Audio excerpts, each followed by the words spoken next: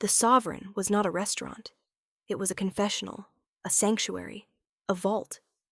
Its walls were paneled in a dark, honeyed wood that had absorbed a century of whispered secrets and hushed negotiations. The air was thick with the ghosts of expensive perfume, the rich, loamy scent of decanted Bordeaux, and the almost imperceptible aroma of old money, which smells not of paper, but of leather and time. Light did not simply illuminate the room. It was curated, pooling in soft, warm circles on the white linen of each table, leaving the spaces in between in a respectful, velvety darkness. Every sound was muted. The distant clink of silver on porcelain was a delicate counterpoint to the low, rhythmic hum of a wine fridge, a sound that felt less like a noise and more like the building's own steady heartbeat. There were no loud conversations, no bursts of laughter. To speak above a murmur in the Sovereign was a violation, a social vandalism as crude as smashing one of its crystal glasses on the floor. Into this temple of quiet order moved Alara. She was not a waitress. She was a ghost, a study in self-erasure.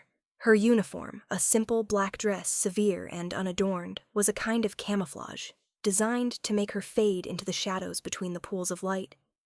She moved with a discipline that was alien to the profession.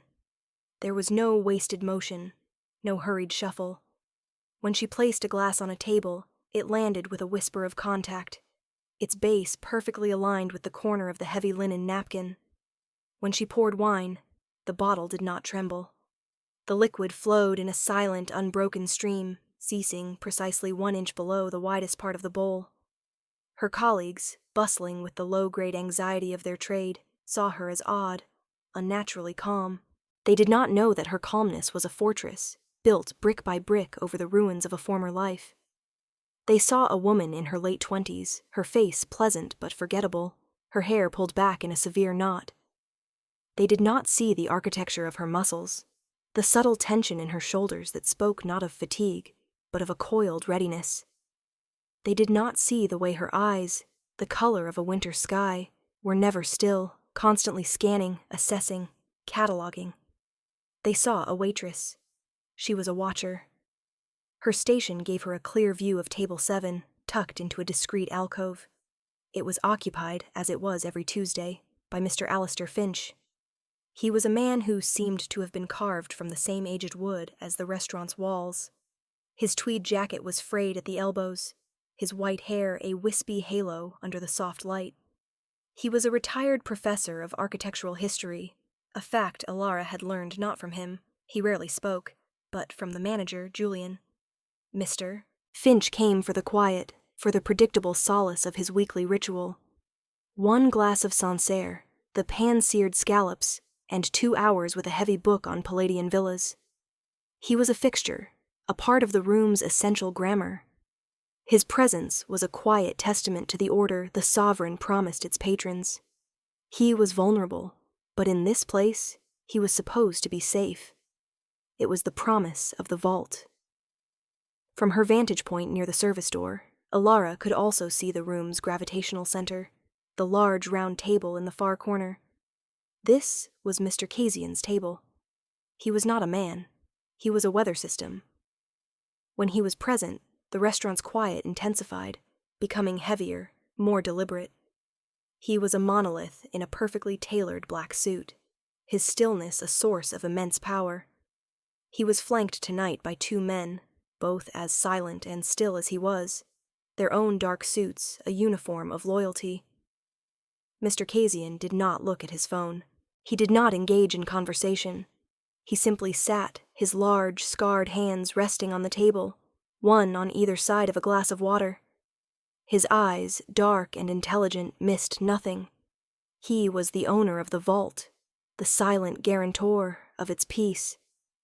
He would occasionally look up, his gaze sweeping the room, and for a fraction of a second his eyes would meet Alara's. There was no flicker of recognition, no acknowledgement. It was the look of a hawk scanning its territory, noting every detail, every mouse, every shadow.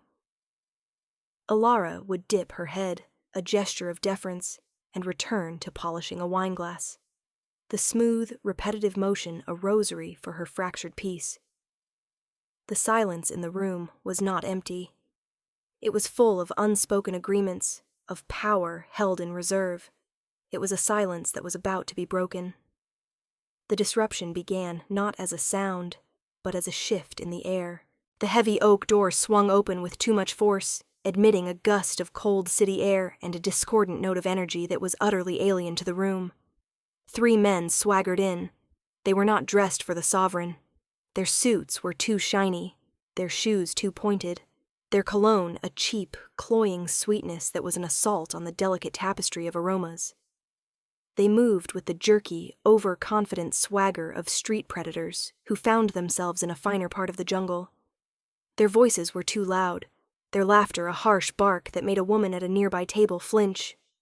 Julian, the manager, materialized at their side, his face a mask of strained hospitality. His body language was a study in placation, his shoulders slightly hunched, his hands held open in a gesture of gentle welcome that was really a plea for quiet. Alara watched from the shadows of the service station. She had seen men like these before. They were jackals, loud and insecure, their arrogance a thin shell over a core of cowardice. They thrived on disruption, on feeding off the discomfort of others. She saw the way their eyes roved the room, not with the quiet assessment of Mr. Kasian, but with a predatory hunger, looking for a weakness, a target. Julian led them toward a table in the center of the room, a location that would maximize their audience. The lead jackal, a man with slicked back hair and a face that was a collection of sharp, unpleasant angles, stopped. His gaze had found Mr. Finch. He smirked, a slow, ugly stretching of his thin lips. "What do we have here?" he said, his voice a stage whisper that carried across the room. "A museum piece." His 2 companions snickered, the sound wet and ugly. Mr. Finch, startled, looked up from his book. He blinked, his gentle face clouded with confusion. He was a creature of quiet corners and dusty libraries, wholly unequipped for this kind of casual cruelty. He looked like a deer caught in the glare of headlights, his soft brown eyes wide, with a fear he was trying to conceal behind a lifetime of decorum. Julian stepped in, his voice a low, nervous murmur. "Gentlemen, your table is this way. Please, let's not disturb the other guests." The lead jackal ignored him. He took a step toward table 7, his movements a slow, deliberate circle, the way a shark circles a swimmer. He leaned over, his shadow falling across the pages of Mr. Finch's book on Palladian villas. "What you readin', old man? Something with pictures?" He reached out and tapped the book with a thick finger, leaving a greasy smudge on the glossy paper. Mr. Finch flinched as if he had been struck. He closed the book, his frail hands trembling slightly as he held it to his chest. It was not a book. It was a shield. Alara felt a cold, familiar anger begin to uncoil in her stomach. It was a feeling she had suppressed for years, buried under the weight of grief and the numb routine of her new life. It was the feeling that had preceded the ruin. Her father's voice echoed in her memory, not a whisper, but a clear, calm declaration, a principle he had lived and died by. There is no neutrality in the face of cruelty. To stand by is to choose the side of the oppressor. She felt the smooth, cool weight of a water pitcher in her hand. Her knuckles were white. Across the room, Mr. Kasian had not moved. He continued to stare into the middle distance, seemingly oblivious. But Alara knew he was not. He was watching.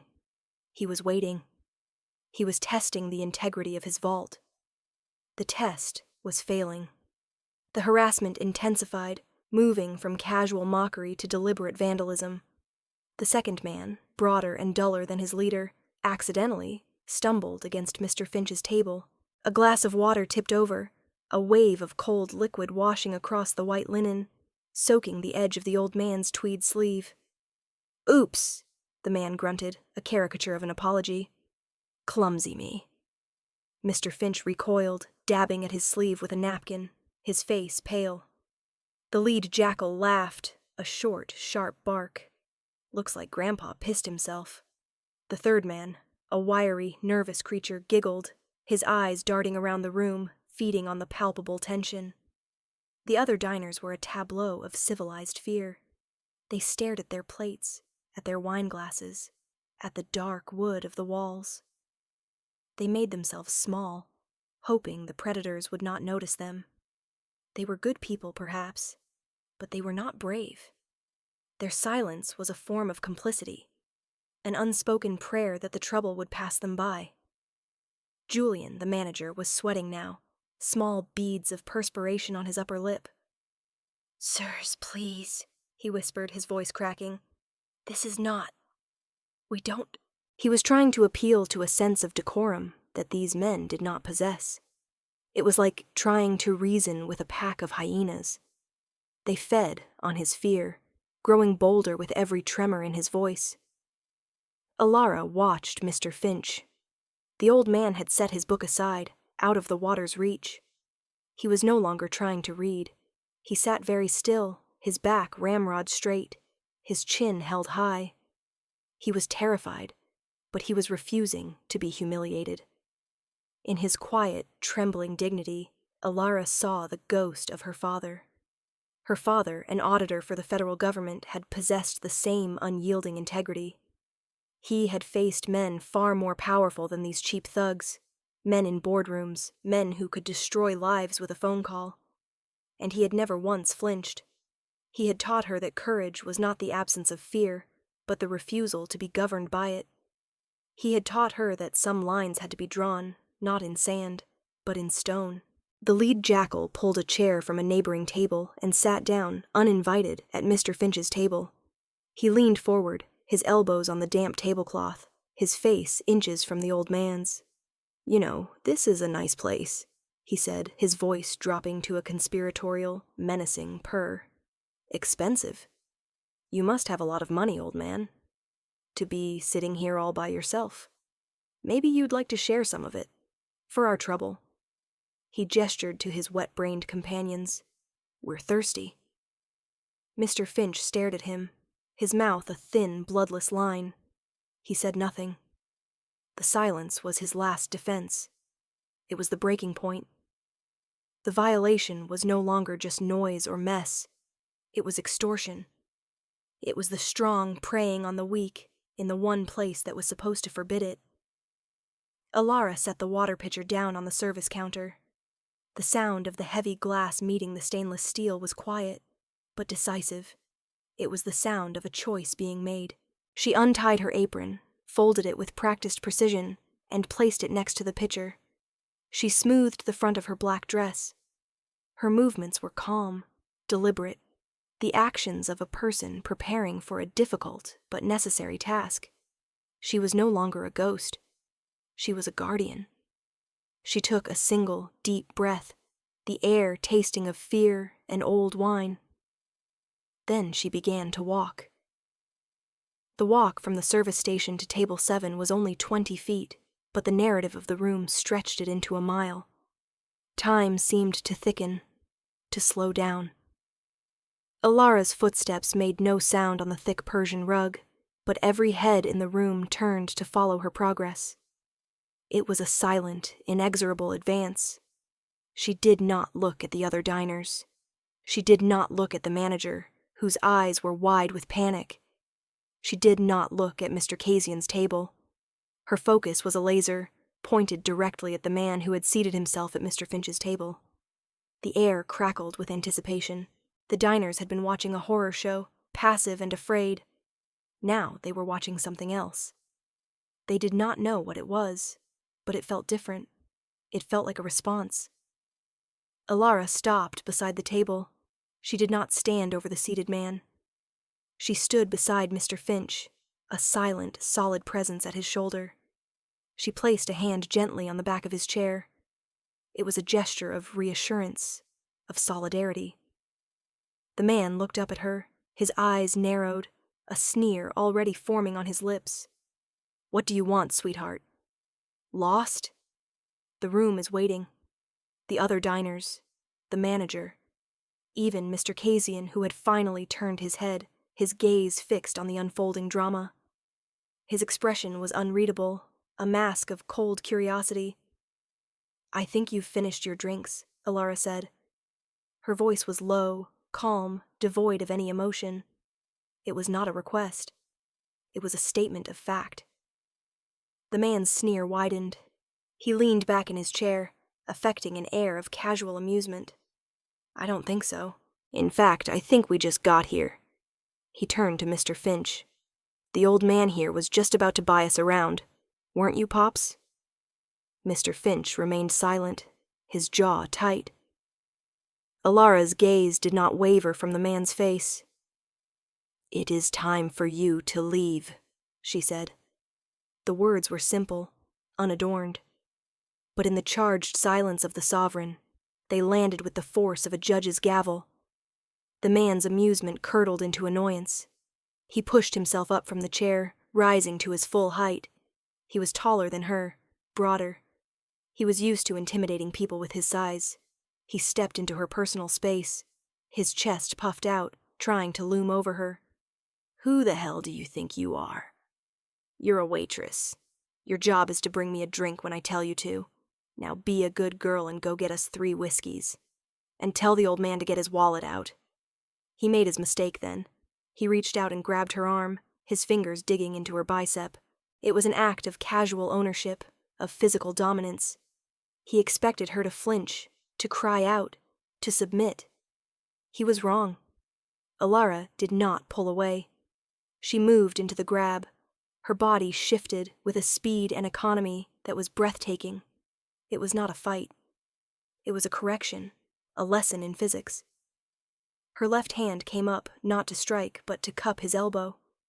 Her right hand, the one he was holding, rotated, her thumb finding the precise pressure point on the back of his wrist. She applied no force, only leverage. His own momentum became his undoing.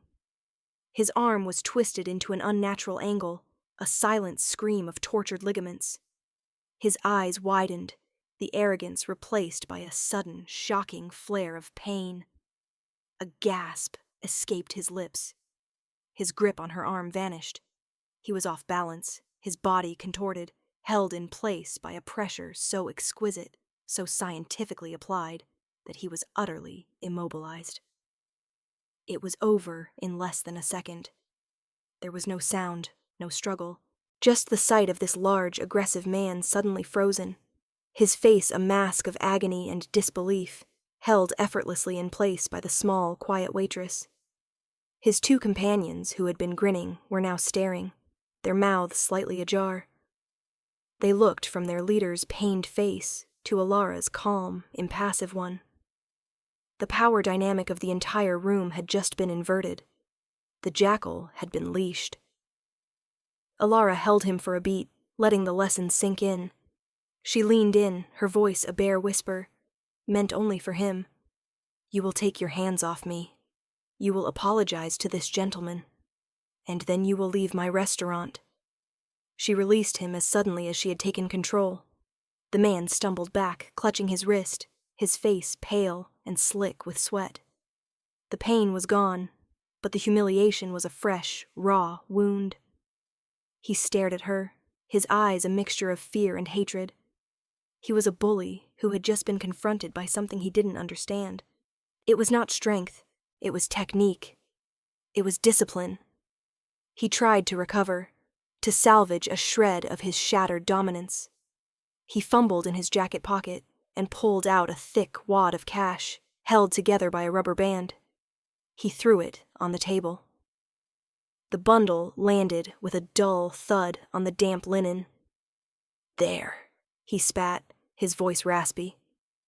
That's for the old man's trouble. And for yours. Happy now, bitch. It was a pathetic attempt to reassert control through money, to reduce the encounter to a transaction. He saw her as a commodity, her dignity as something that could be bought. His friend, seeking to bolster him, chimed in, gesturing vaguely towards Mr. Casian's table with a nervous flick of his head. We're with him, you know. You just made a big mistake. It was a bluff, a desperate grasp for borrowed power. The lead thug, emboldened by his own lie, fumbled for his wallet. He was trying to perform status, to prove he belonged. He wasn't paying for a drink, He was trying to pay his way out of humiliation. Julian, sensing a disastrous escalation, scurried over. No, sirs, that won't be necessary. The bill, it's taken care of. On the house. He was trying to get them out before Mr. Casian decided to intervene personally, an outcome Julian clearly feared more than anything. The thug laughed, a harsh, grating sound. On the house? No. Put it on his tab. He nodded again toward Mr. Casian's table, the lie growing bolder. Put it on the big man's card, the Centurion card. Let's see you do that. He was calling a bluff, unaware he was standing on a precipice. Julian froze, his face ashen. He knew the protocol. Mr. Casian maintained a standing account, settled discreetly at the end of each month. No cards were ever used. But the thug was insistent, his voice loud, challenging. Julian, in his panic, made a fatal error. He looked toward Mr. Casian's table, a silent plea for guidance. One of Mr. Casian's men, the one on his left, gave a small, almost imperceptible nod. It was not a nod of approval. It was a nod of permission. Permission to let the fools hang themselves with their own rope. Julian, misinterpreting the gesture as an order, swallowed hard. He reached into a drawer behind the host stand and produced a small leather billfold. From it, he slid a single, impossibly sleek object. It was a card made of black, anodized titanium. It was heavy, severe, its surface cool and matte. An American Express Centurion card. Mr. Casian's personal card, kept under lock and key for true emergencies, a symbol of unimaginable financial power, now being brought out to appease a common bully. Julian approached the table, his hand trembling as he held the card. The thug grinned triumphantly. He thought he had won. He had forced the system to bend to his will. This was the moment Alara had been waiting for, though she hadn't known it. It was not about the thug anymore. It was about the card. That small rectangle of metal was everything she despised. It was the symbol of a world where power was a shield for cruelty, where wealth erased consequences, where men like the one who destroyed her family operated with impunity. It was the weapon of the systemic villain. In that moment, the thug, the manager, and the card all merged into a single, unbearable effigy of injustice. As Julian reached the table, his hand outstretched to take the wad of cash and process the transaction, Alara moved. She stepped forward and took the card from his fingers. Her touch was light, but absolute. Julian let it go without a thought, his eyes wide with confusion. The thug's grin faltered. Alara held the card between the thumb and forefinger of each hand. She looked from the card to the thug, her eyes as cold and hard as the titanium she was holding. She said nothing. The room was utterly silent. The only sound was the faint hum of the wine fridge, a pulse counting down to an execution. Then, with a sudden, sharp twist of her wrists, she tore the card in half. The sound was obscene in the profound quiet. It was not a rip, like paper. It was a sharp, metallic crack, a sound of fracture, of something immensely strong being broken by an even stronger will. The sound shot through the room like a bullet, shattering the last remnants of peace. Alara placed the two bent, useless pieces of black metal on the table in front of the thug. She slid them across the damp linen. They came to a rest beside the wad of cash, a payment, and a receipt.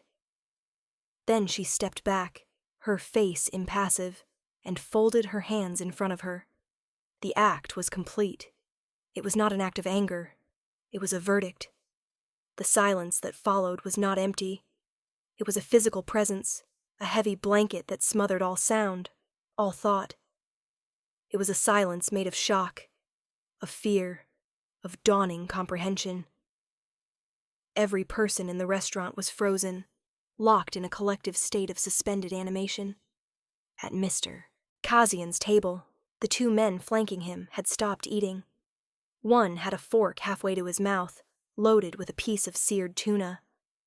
It remained there, motionless, a testament to the sudden paralysis that had gripped the room.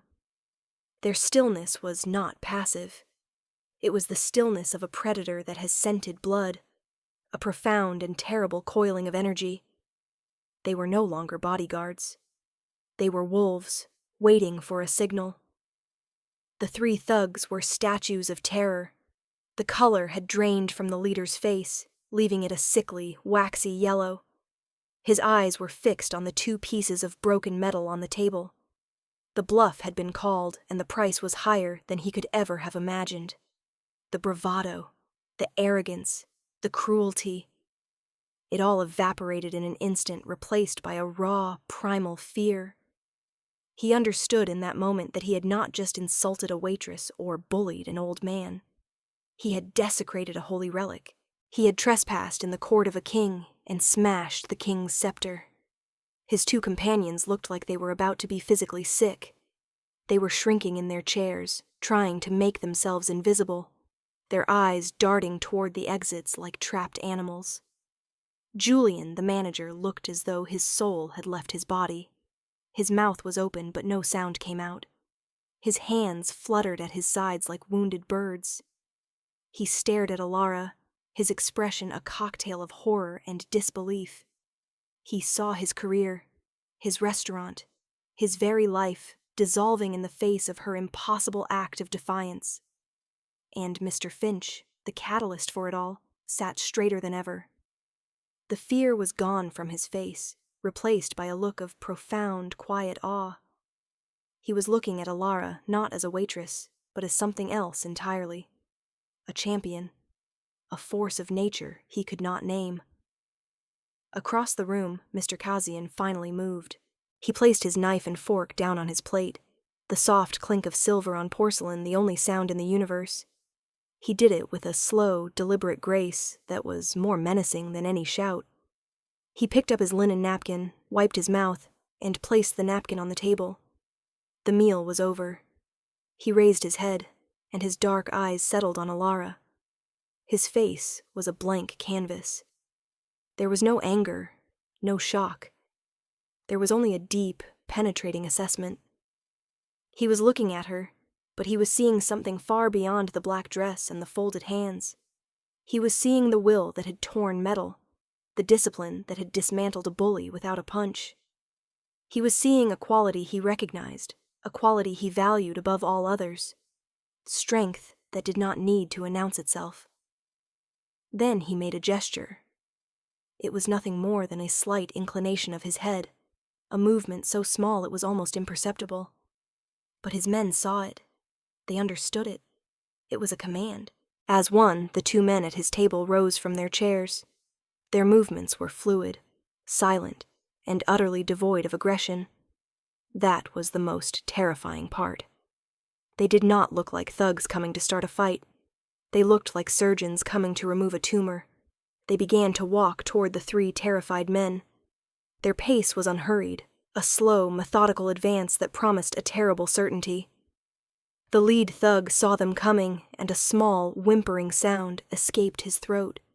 He scrambled to his feet, knocking his chair over. He looked at the door, then back at the advancing men, his mind paralyzed by fear. One of Mr. Cassian's men reached the table. He did not speak. He simply placed a hand on the thug's shoulder. The touch was not violent, but it was absolute. The man flinched as if he had been touched by a hot iron. The second of Mr. Cassian's men calmly picked up the other two thugs from their chairs, one by one, his hands gripping their upper arms with immovable force. There was no struggle. There was no resistance. The thugs had become dolls, their limbs limp with terror. The extraction was a masterpiece of quiet efficiency. Mr. Cassian's men turned the three men toward the door and began to walk them out of the restaurant. It was not a brawl. It was a removal. One of the men stumbled, and he was held up, his feet almost dragging on the floor. His face was a mess of tears and sweat. As they passed the host stand, the leader whispered, "Please, I'm sorry. Please." The words were absorbed by the thick carpet, unheard or unheeded. The heavy oak door opened and closed, and they were gone. The cold city air that swirled in was the only evidence they had ever been there. The vault was clean again. The silence they left behind was different. The tension had not vanished. It had coalesced, focusing into a single point. That point was Alara. Every eye in the room was on her. The other diners, the staff, the manager, and Mr. Casion. He had not taken his eyes off her.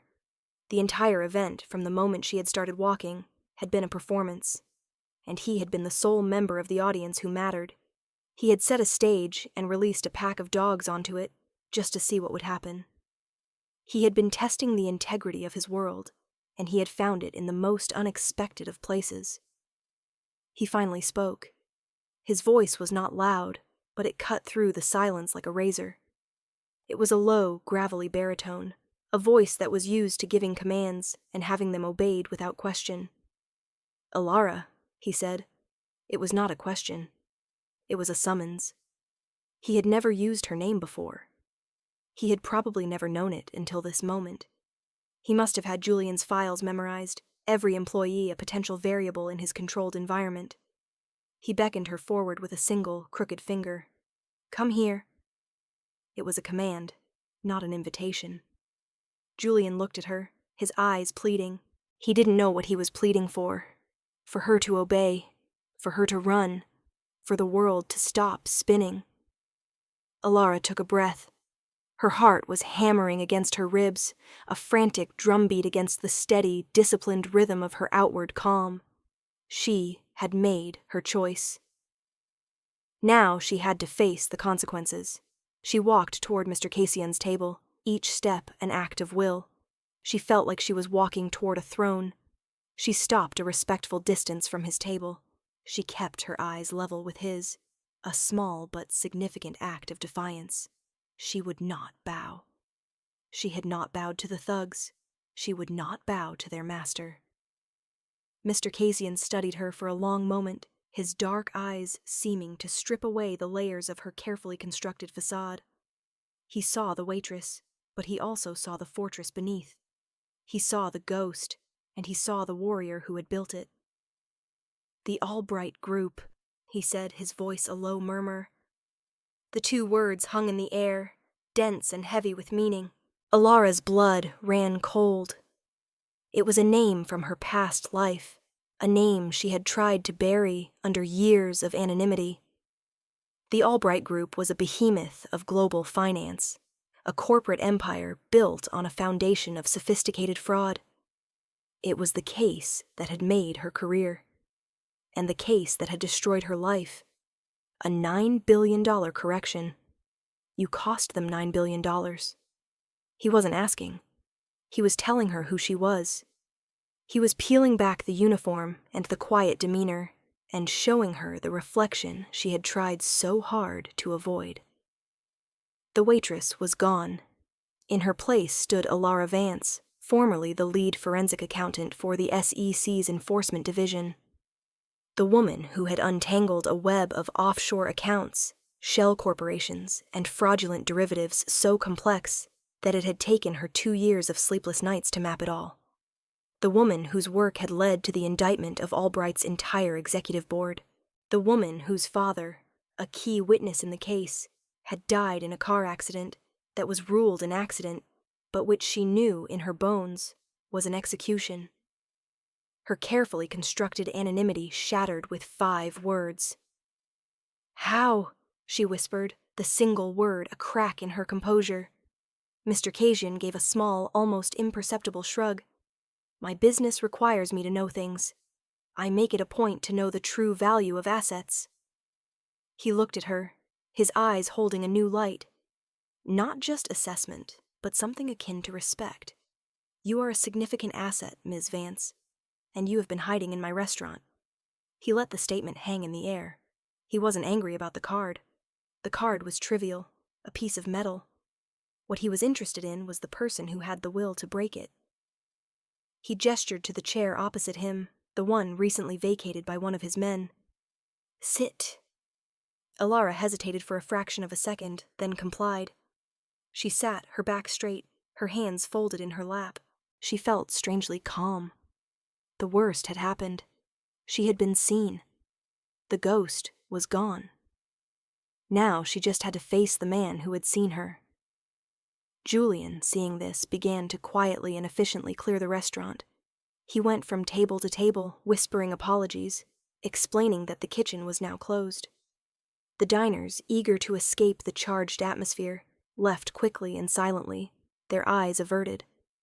Soon the vast, quiet room was empty, save for the three of them, the king, the fallen queen, and the old man who had been the catalyst. Mr. Finch remained at his table, a silent, steadfast witness. Mr. Casian leaned forward. "The men you dealt with tonight," he said, his voice low and confidential. "They were garbage, a symptom of a disease. They work for a man named Petrov, a competitor of mine. A man with no honor, no discipline.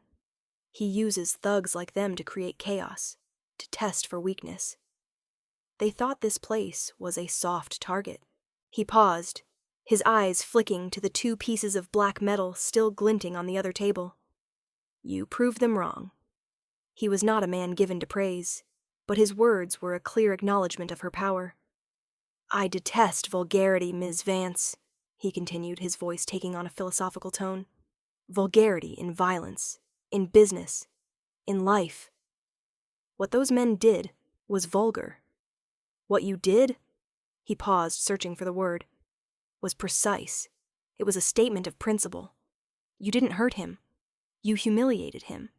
You didn't attack his body. You attacked his status. You took his crude weapon, money, power, the symbol of it, and you broke it in your hands. That is not violence. That is communication." Alara said nothing. She listened, her mind racing. She was trying to understand his angle, his purpose. This was not a lecture. It was a recruitment pitch. "My world," he went on, "is built on order, just as yours once was. But my world operates in the shadows, where the law does not reach. To maintain order in such a place requires a different set of tools. It requires an understanding of systems, of leverage points. It requires the ability to see the rot beneath the surface, to trace the complex lines of deceit." He steepled his fingers, his gaze intense. "It requires a forensic mind." The offer, when it came, was simple and direct. "I have bookkeepers. I have accountants. They see numbers. They do not see patterns. They do not see lies. The world of finance has become a jungle of digital ghosts and fraudulent structures, a world you know better than anyone. I need someone to audit my empire, Ms. Vance. Not just to find theft, but to find weakness, to find infection, to preserve the integrity of the structure. I am offering you a position, your old job, but with a different mandate, and with far greater resources." Alara stared at him. The irony was staggering. She had fled a world of corporate corruption, a world where justice was a commodity, only to be offered a job at the heart of an empire that operated entirely outside the law. It was a deal with the devil. But was he the devil? Or was he simply a different kind of order? Her father had believed in the system, in the rule of law, and the system had failed him. It had allowed the men who killed him to walk free, their crime buried under a mountain of legal paperwork and plausible deniability. The Albright Group was still trading. Its stock price recovered. The system she had served had protected its own. Perhaps, she thought, justice was not about law. Perhaps it was about balance. Perhaps it was about having the power to enforce a code, any code, in a world that had none. She looked over at Mr. Finch. He was watching her, his old eyes clear and steady. He gave her a small, almost imperceptible nod. It was a gesture of trust, of encouragement. He had seen what she was capable of. He was not afraid. In his eyes, she saw her father's approval. "Stand for something," he had always said, "or you will fall for anything." She turned back to Mr. Casian. "I have terms," she said, her voice steady, regaining its strength. He raised an eyebrow, intrigued. "I will not be your assassin. My work will be to find the truth, to expose fraud, to identify threats to your organization. I will analyze. I will report. What you do with that information is your decision. But I will not be a party to mindless violence. My loyalty will be to the principle of order, not to you personally. She was drawing a line, not in sand, but in steel. Mr. Kasian listened, his expression unreadable. When she was finished, a slow smile spread across his face. It was the first time she had ever seen him smile. It transformed his severe features, revealing a flicker of genuine warmth, of deep appreciation. "Of course," he said. "That is exactly what I'm hiring you for. I have enough men who know how to break things. I need someone who knows how to find what is already broken." He reached into his inner jacket pocket and produced a card. It was not a credit card. It was a simple, heavy piece of black plastic, with no markings except for a small silver emblem, like a stylized key. He slid it across the table. It stopped inches from her hand. "Your new office is on the top floor. Your access begins tomorrow. Welcome back to the world, Ms. Vance." Alara looked at the card, then at her own hands. They were trembling slightly, not from fear, but from the electric current of a purpose rediscovered. She had spent years trying to be invisible, to be nothing. And in one night, in one act of furious, righteous defiance, she had become more visible than ever before. She reached out and took the keycard. It was cool and heavy in her palm. It felt like a weapon. It felt like a key. She curled her fingers around it, the hard plastic biting into her skin. It was a promise. A new beginning, forged in the quiet wreckage of a Tuesday night dinner service. She looked at Mr. Kasian, her eyes clear and resolute. She was no longer a waitress. She was no longer a ghost. She was a weapon, sharpened and aimed anew. And she was ready to get to work. 6 months later. The view was from the 68th floor, a panoramic sweep of the city's steel and glass heart. The office was a study in minimalist austerity. A single desk of polished gray concrete, a chair, and a wall of floor-to-ceiling windows. The air was cool and smelled of nothing, the scent of pure, filtered power. Alara stood before the window, not looking at the view, but at the reflection in the glass. The woman staring back was a stranger, and yet more herself than she had been in years. The severe black dress was gone, replaced by a simple but exquisitely tailored charcoal pantsuit. Her hair was still pulled back, but it was no longer an act of concealment. It was a statement of focus. The haunted, tired look in her eyes had been replaced by a sharp, penetrating intelligence. She was no longer hiding. She was hunting. Her days were no longer measured in polished glasses and cleared plates, but in terabytes of data. She moved through encrypted servers and labyrinthine financial statements with the same silent efficiency she had once moved through the Sovereign. She was an auditor of a shadow empire, her mandate to ensure its structural integrity. She tracked the flow of money, the creation of shell companies, the tendrils of investment that snaked through the legitimate and illegitimate worlds. She was not naive. She knew Mr. Kasian's business was not clean, but it was orderly. It had a code, and it was a far more honest form of corruption than the sanctimonious fraud practiced by the men in boardrooms who had destroyed her father. She was fighting a different kind of war now, on a different kind of battlefield.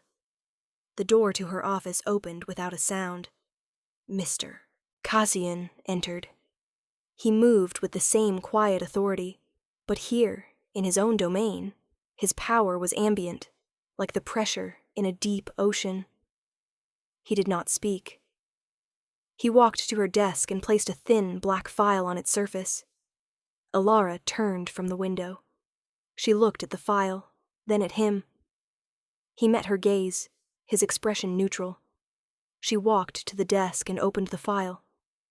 It contained a single sheaf of papers. It was a detailed financial analysis, a roadmap of a corporate empire's vulnerabilities. It traced offshore accounts, detailed pending regulatory fines, and highlighted a critical weakness in a subsidiary's debt structure. It was a plan of attack, elegant and devastating. At the top of the first page was the company's name, the Albright Group. Alara looked up from the file, her heart a slow, heavy drum. It was all there.